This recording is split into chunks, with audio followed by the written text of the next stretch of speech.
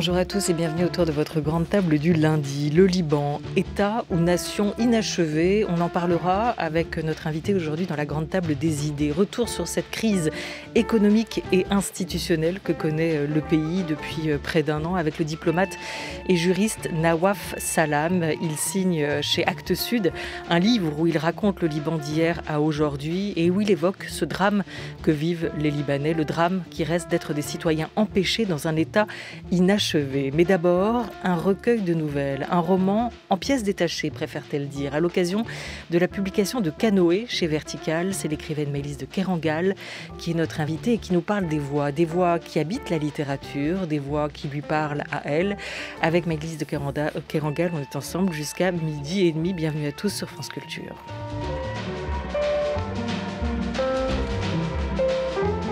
La grande table. Olivia Gesbert. 8 nouvelles, dont une plus longue que les autres, Mustang, plus autobiographique aussi, un roman en pièces détachées, donc qui invite à réfléchir à la mécanique de l'œuvre, à la fabrique littéraire. Ici, la voix ne se cache pas, la voix est le fil conducteur. Bonjour Maëlys de Kerangal. Bonjour. Merci d'être avec nous. La voix est-elle un second visage pour vous, pour reprendre les mots d'un écrivain, Gérard Bauer, à ce sujet?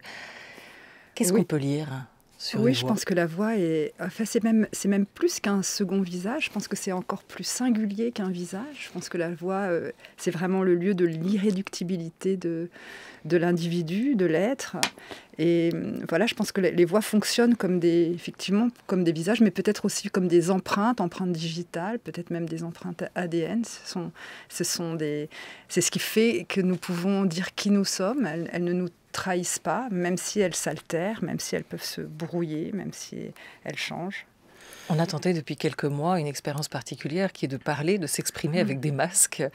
Et on la masque en partie, c'est vrai, cette voix. Ce qui est étonnant quand on parle à quelqu'un qui est masqué, on a l'impression d'être des ventriloques un peu tous, non?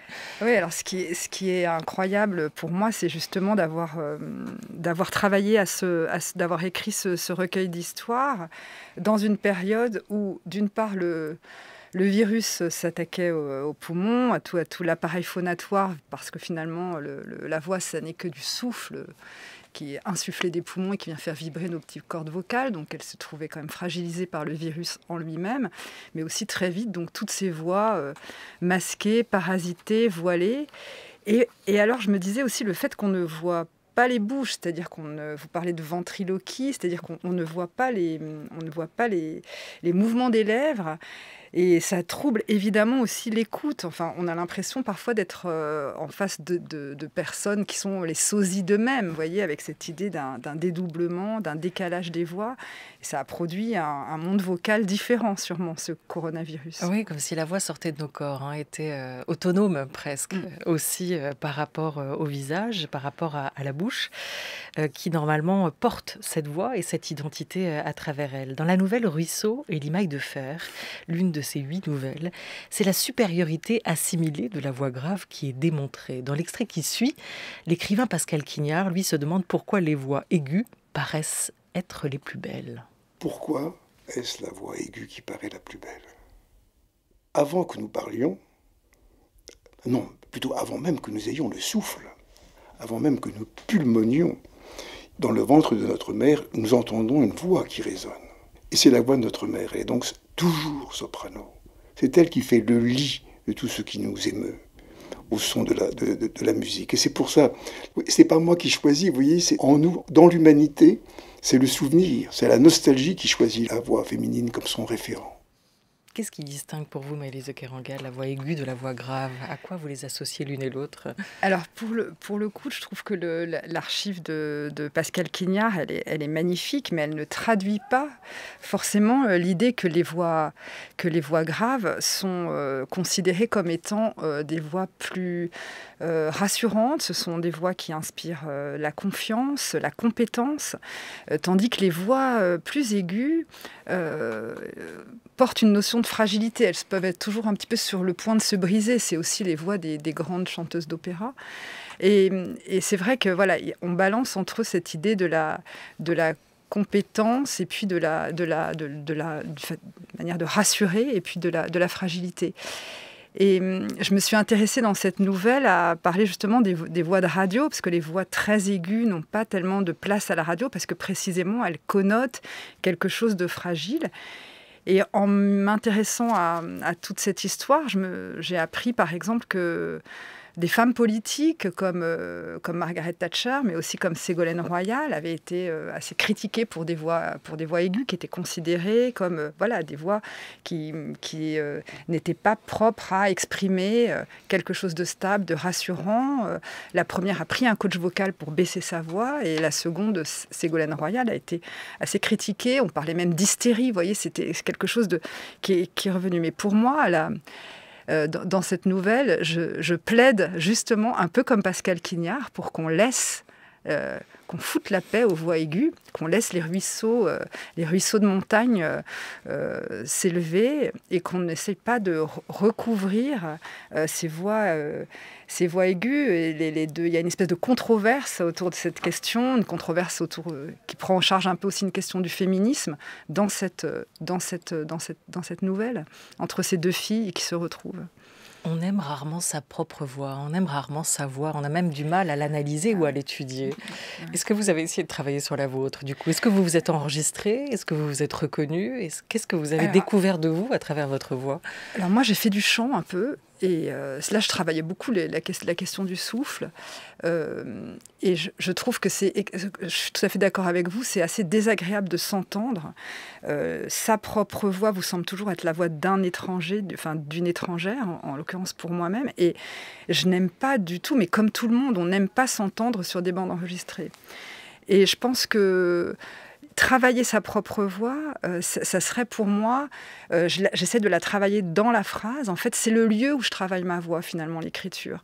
Parce que je pense que la ponctuation, la manière dont une phrase se déploie, la manière dont elle sonne, cette manière d'écrire à l'oreille, me permet finalement de régler une voix qui pourrait être la mienne, quand à l'oral, ma voix m'échappe souvent. Vous voyez, j'ai du mal à la maîtriser totalement. Lever la voix, donner de la voix à voix basse, avec des trémolos dans la voix. Les expressions sont multiples pour dire tout ce que la voix exprime et autorise. Vous avez pris plaisir, vous, à épingler dans ce recueil Canoë, à épingler les voix, caractériser chacune d'entre elles, celles de vos personnages aussi, comme notamment dans cette nouvelle, Nevermore, où deux sœurs enregistrent les voix pour les répertorier. C'est un tandem de légende, écrivez-vous, pour un catalogue culte, une œuvre monumentale qui envisageait de restituer à la littérature sa part orale, incarnée, de donner à chaque texte une voix qui soit la sienne, une voix juste et unique. Et ce qui est intéressant, c'est que votre narratrice va donc prêter sa voix, elle va laisser sa voix être enregistrée, voix étiquetée par les deux sœurs Canoë clair sur Océan sombre, et c'est le Corbeau d'Edgar Poe, traduit par Baudelaire, qu'elle va devoir lire. Et c'est intéressant parce que là, il y a deux voix qui se superposent, même trois. Celle de l'auteur, celle du traducteur, qui est une voix en plus vraiment singulière, et celle de la narratrice, celle qui va donner sa voix, prêter sa voix à ce texte. Oui, c'est-à-dire il y a un enchevêtrement de voix dans cette captation. Donc c'est vraiment une nouvelle. Ce que permet la nouvelle, justement, c'est l'idée d'instaurer une scène, d'instaurer une scène de voix et un temps. Donc là, c'est une nouvelle qui raconte la captation du poème Le Corbeau d'Edgar Poe, traduit par Baudelaire. Et effectivement, trois voix s'enchevêtrent. Et la narratrice, en plus, est mise en regard de la voix de l'oiseau qui parle. Or, on sait que les oiseaux ont la faculté, non pas de parler comme les hommes, mais de vocaliser, et peuvent produire des sons articulés avec leur syrinx, comme on dit. Donc, ils ont eux aussi un appareil phonatoire qui s'apparente à celui des humains, parce que c'est également des souffles, un souffle qui fait vibrer des cordes vocales. Et alors, donc, il y a sa voix qui est mise en relation avec la voix de l'oiseau, mais il y a surtout le fait que cette voix qui va s'élever dans le studio va porter aussi la marque d'une blessure ancienne. Et c'était l'idée aussi que nos voix disent tant de nous, qu'elles disent aussi notre passé, et qu'elles peuvent garder l'empreinte de choc, d'un forçage vocal, d'un ancien cri qui nous aurait abîmé la corde vocale, et que ces voix, elles sont vraiment comme des espèces d'archives de nous-mêmes aussi. Ça pose la question aussi de la traduction pour l'écrivain. Vos livres sont traduits à l'étranger. Ouais. Est-ce que vous écoutez ces voix qui viennent se superposer aux vôtres? Est-ce que vous attendez qu'elles soient fidèles à la vôtre? Comment vous interprétez? Comment vous vous positionnez par rapport à la voix du traducteur? Alors c'est devenu depuis Naissance d'un pont et puis après avec Réparer les vivants une grande question pour moi parce que effectivement mon travail a été beaucoup traduit. Et ça a ouvert pour moi un champ de travail, de réflexion, d'échanges très, très, très riches. Et c'est vrai que, plus par exemple, il m'est arrivé d'avoir deux traductions, par exemple en anglais, de Réparer les vivants, et je pouvais comparer les deux textes. Et si vous voulez, ce que ça m'apprend, c'est que le traducteur a sa propre voix. Et que, justement, comme le disait par exemple, le poète Emmanuel Aucard, un traducteur ne traduit pas un texte, il écrit une traduction. Donc le traducteur fait aussi entendre sa propre voix dans le texte d'une autre. Alors c'est faire entendre sa voix dans la voix de quelqu'un d'autre. Et effectivement, il y a cette histoire de nouveau, d'enchevêtrement, de superposition. Il y a une forme d'écolalie aussi peut-être dans la traduction. Et je trouve que c'est assez fascinant. Alors, je suis absolument incompétente pour juger d'une traduction. Mais en revanche, je pense être capable de juger de son rythme, de sa vitesse, des formes de fluidité et de voir en quoi, justement, mon propre souffle, celui qui vient se déposer dans mon texte, dans ma phrase, peut se retrouver présent dans la traduction. Ça, je l'entends, en fait. Et c'est aussi ce dépaysement qui s'offre à l'écrivain. Écrire comme on part dans un pays dont on ne parle pas la langue, ça c'est la promesse de votre propos inaugural pour la chaire d'écrivain que vous occupez depuis la rentrée à Sciences Po, depuis la rentrée dernière, et ce, après un certain Patrick Chamoiseau. On l'écoute. Le paramètre le plus considérable dans la vie d'un écrivain, c'est véritablement la question qui se pose concernant la littérature. Qu'est-ce que la littérature? À quel moment on est en littérature? Quand on écrit, est-ce qu'on aborde au rythme de la littérature? Qu'est-ce qu'un texte littéraire? Et ça, c'est véritablement un mystère renouvelé. Et j'ai toujours eu l'impression qu'à mesure que je produis des livres, cette production était plus dans le souci, ou en tout cas en arrière-plan, de mieux comprendre cette chose qui me fascinait. La littérature me fascinait simplement parce que j'étais un grand lecteur et j'ai eu de tels plaisirs, de tel élargissement de rêverie, de contemplation, de pensée simplement en lisant, que je me suis toujours dit qu'il y avait là une puissance mystérieuse. Patrick Chamoiseau, il y a quand même des parallèles entre vous et lui. On écrit aussi, vous pensez comme lui, pour percer ce mystère que l'on trouve, que l'on éprouve dans la lecture des autres. Oui, moi je pense que, en tout cas pour moi-même, je pense que j'écris depuis, à partir et convoquant aussi toutes les voix que j'ai pu lire. Et vous voyez, dans l'idée de la littérature, il y a l'idée de la voix immédiatement présente, dans la mesure, par exemple, où on pourrait reconnaître un auteur que l'on a aimé en prenant son livre, en prenant un livre qu'il a écrit, mais aussi ses livres suivants, finalement. On le reconnaît, on entend sa voix. Et ça, je trouve ça extrêmement mystérieux que, justement, les voix peuvent s'incarner à ce point dans l'écriture. Et alors, ça me touche que vous ayez évoqué Patrick Chamoiseau et donc cette chaire de littérature, parce que ce livre, Canoë y est lié dans la mesure où j'ai donné ces cours aux étudiants par Zoom, que les bandes passantes étant souvent trop faibles, j'avais affaire à une vingtaine de voix qui surgissaient d'un écran noir. Et j'ai fonctionné à l'oreille, j'ai fonctionné à l'écoute pour mes textes, mais aussi pour les leurs. Et ça a été une expérience qui a beaucoup tonifié, en fait, cette espèce de voyage dans les voix que j'avais entrepris avec Canoë. C'est-à-dire que j'allumais l'ordinateur et il y avait l'écran noir et les voix des étudiants qui me parvenaient et qui étaient toutes différentes. Et donc l'idée, de corréler une voix, un texte, une voix, une sensibilité, une voix, un propos, un souffle, un grain. Et ça a été passionnant. Vous racontiez au moment de votre venue autour de cette grande table pour un monde à portée de main que quand vous vous lancez dans un projet, vous aimez être entouré, vous entouré d'une petite collection de livres qui vont vous suivre durant l'écriture. Et ce sont peut-être ces voies littéraires que vous évoquiez qui surgissent aussi quand vous vous lancez dans un projet. Qui vous a accompagné dans ce voyage littéraire-là? Quelles sont les voies qui vous ont entouré? Alors, il y a la voix, par exemple, la voix de Baudelaire, que j'ai beaucoup lu quand je lisais, quand j'écrivais Canoë. Il y a quelques livres qui m'ont énormément marqué, que j'ai relus pendant cette période. Et par exemple, il y a celle extrêmement singulière de John McGregor, par exemple, dans Réservoir 13, qui est un texte, très long texte, qui mélange finalement un récit d'hommes et de bêtes dans un village autour de la figure d'une jeune fille disparue. Il y a la voix de Macfarlane avec Underland, donc toutes ces voix confinées, tout ce qui se trouve enterré dans la terre. C'est un grand texte, un grand presque poème documentaire autour de tout ce qui est confiné dans le sol pour être protégé, pour être caché et pour être sauvé. J'ai lu aussi des voix de poètes essentiellement, je trouve, et puis beaucoup d'Uras par exemple, parce que je trouve que précisément c'est un des auteurs que l'on reconnaît à la première ligne, comme si justement sa phrase portait un souffle si distinct. Qu'au bout de 3 lignes, on sait que c'est elle. Et j'ai relu beaucoup de ses livres, enfin au moins 2 ou 3.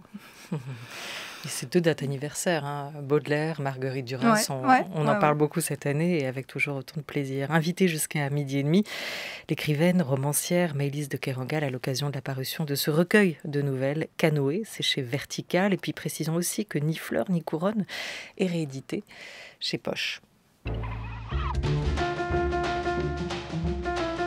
France Culture, la grande table, Olivia Gesbert. Voilà, j'ai dit Poche, c'était Folio.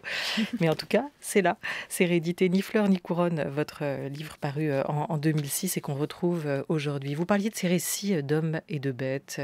Vous évoquiez aussi ces oiseaux qui vocalisent. D'ailleurs, la voix est-elle le propre de l'homme? Non.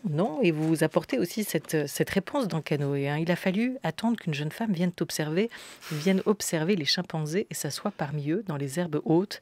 Une jeune femme blonde à la voix fine, lente et incroyablement sûre pour que la complexité de leur monde soit connue. Cette jeune femme, c'est la primatologue britannique Jane Goodall. Ses travaux sont profondément établis. Aujourd'hui, ils ont marqué, transformé la compréhension aussi des rapports entre les êtres humains et les animaux. Et bien, on l'écoute. I learned that chimpanzees have a very, very complex social structure. Les chimpanzés avaient une structure sociale extrêmement complexe, ce que l'on appelle une communauté. Et au sein de cette communauté, tous les individus se connaissent. Ils ne voyagent pas en troupe, ils se déplacent en petits groupes. On change parfois de composition. Ils se déplacent. Parfois, il y a beaucoup de joie quand il y a de la bonne nourriture disponible. Les communications entre individus sont tellement fascinantes parce qu'ils sont tellement comme nous. Ils s'embrassent, ils s'enlacent, ils se tiennent la main, ils se tapent sur l'épaule. Ils balancent le poing, ils montrent le poing. Ils utilisent ces postures et ces gestes dans la même situation que nous. Et ça signifie à l'évidence la même chose pour eux et pour nous. Ça ne devrait pas tellement nous surprendre, toutes ces ressemblances dans le comportement, étant donné le fait que l'ADN des chimpanzés et des êtres humains ne diffère que par 1%. Et la voix? Quelle analogie vous faites entre l'homme et le chimpanzé, l'homme et le singe? Alors justement, ce qui est vraiment fascinant quand on écoute Jane Goodall, qui est avec moi depuis longtemps, parce qu'elle était déjà dans Un monde à portée de main, et là elle revient dans 2 ou 3 de ces histoires, de ces nouvelles de Canoë, ce qui est fascinant, c'est que précisément, elle fait dresser, elle met en relation le monde vocal des chimpanzés et de la sociabilité, de la société des grands singes et la nôtre. Et justement, elle trace un parallèle justement entre notre façon de parler et la leur. Alors, l'homme, à un moment donné, l'homme a pu produire une voix articulée parce que le larynx est descendu, je crois, au niveau de la 5e vertèbre. Il est resté placé très haut, en revanche, chez les grands singes, ce qui fait qu'ils n'ont pas accès à la voix articulée, mais ils ont un tout autre langage. Et elle, ce qui m'a fascinée chez elle, c'est aussi l'idée qu'à un moment donné, la science puisse, que l'on considère souvent comme étant de l'objectivité factuelle, etc., relève aussi d'une forme de regard et de sensibilité. C'est-à-dire qu'avant Jane Goodall, on n'avait jamais... il a fallu... ce que je veux dire, c'est qu'à partir du moment où les femmes sont venues regarder les grands singes, il y a eu la naissance de la primatologie. Avant, on s'intéressait plutôt en les observant aux phénomènes de pouvoir, à qui pouvait être justement ces histoires de mâle dominant, de super mâle, d'alpha mâle, etc. Et elle va les regarder extrêmement différemment. Et cette histoire de la science du point de vue du genre m'a également beaucoup fascinée. C'est pour ça qu'elle est là dans mon travail et pour longtemps, je pense. Et on retrouve aussi cette idée que quand les émotions sont fortes, notre voix, notre langage se désarticule et on arrive à des cris complètement primitifs, la peur, la douleur, le bonheur, la joie intense. Ouais. On en perd nos mots, on en perd un langage. Oui, notre voix, elle nous distingue vraiment. La voix humaine, elle est le lieu de notre singularité, de notre distinction. Il y en a 7,5 milliards et pourtant, elle porte une histoire commune qui est celle de l'évolution de la voix, de son évolution au fil du temps. Et ça évidemment, ça fait monter évidemment tout un orchestre animal au sein duquel nous tenons notre propre fréquence. Et ça, c'est vrai que c'est fascinant. Et notamment, alors la question des vocalises des oiseaux est assez à part parce que là, les études sont absolument incroyables. Évidemment, il y a des chants, il y a des réponses, il y a toute une façon de les entendre. Et l'homme... posséderait, n'est pas le seul animal à posséder une voix articulée, mais on dit qu'il contrôle ses émissions vocales, qu'il serait le seul à pouvoir les contrôler. Et seul le cri qui nous échappe serait peut-être l'émission vocale où se croisent notre animalité et notre humanité. Et de la même manière que quand on parle, notre simple fréquence croise notre être profond, notre individualité et notre corps organique et le corps social. Vous voyez, ce qui est fascinant dans la voix, c'est qu'on est toujours finalement dans un entre-deux, sur une frontière entre l'intériorité et l'extériorité, entre le corps organique, le corps social, etc. Et entre l'animalité et l'humanité. Et pour tout ça, je trouve que c'est un motif fascinant en dehors de son imaginaire littéraire.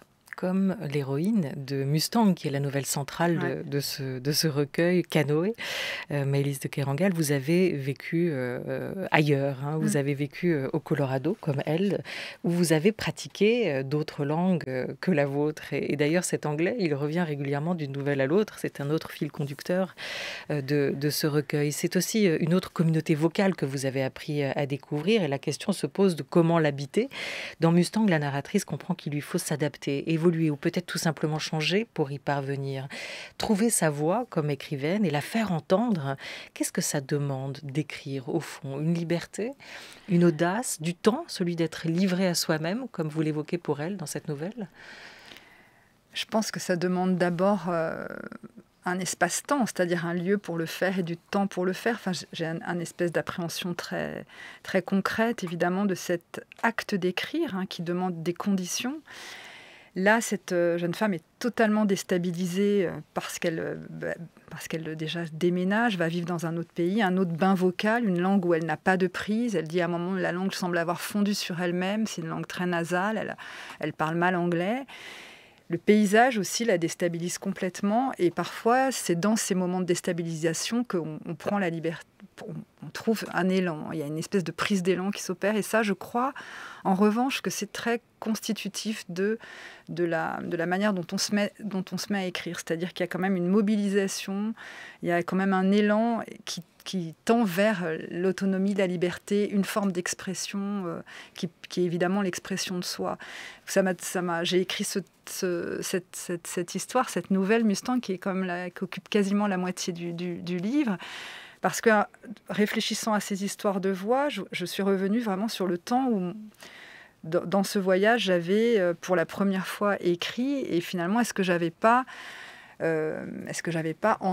écouté finalement une espèce de fréquence intérieure, capté une autre fréquence que je n'entendais pas, et est-ce que je l'avais pas capté aussi parce que je n'étais plus dans ma langue, d'où cette histoire d'écrire dans un pays dont on ne connaît pas la langue, l'histoire de la langue étrangère, tout s'est noué pour moi à ce moment-là. Et cette nouvelle, elle est aussi l'occasion d'une réflexion, d'une méditation autour du temps qui passe, de la mémoire.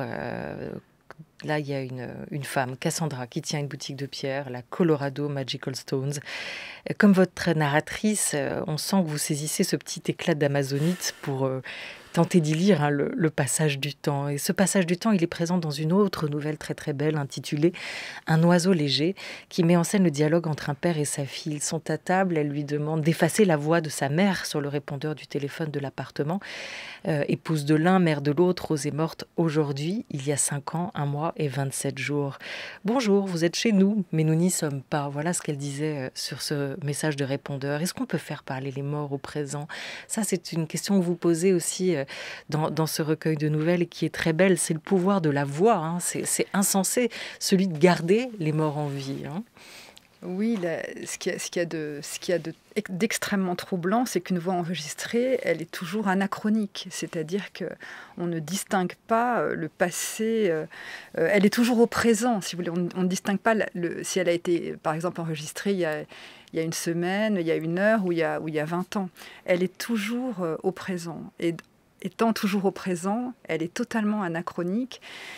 Et il y a ce trouble, c'est-à-dire que c'est à un moment donné où la voix enregistrée, qui est toujours au présent, devient une forme d'archive.